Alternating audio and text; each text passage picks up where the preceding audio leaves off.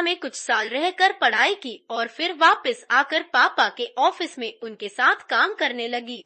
America में रहने के कारण मेरे पहनावे में काफी बदलाव आ गया था। मैं कुछ भी पहन लेती, मुझे किसी की शर्म नहीं आती थी।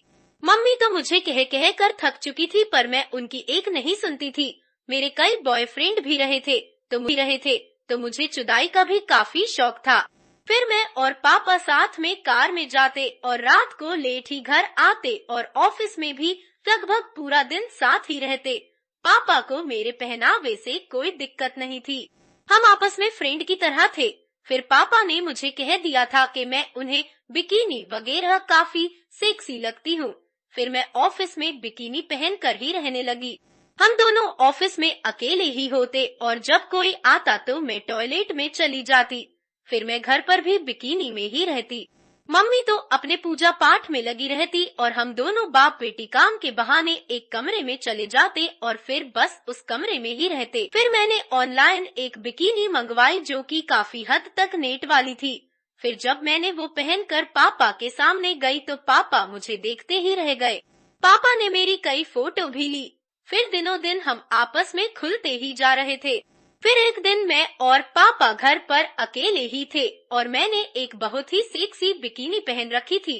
फिर पापा ने मुझे अपने से चिपका लिया और फिर लिप किस करने लगे।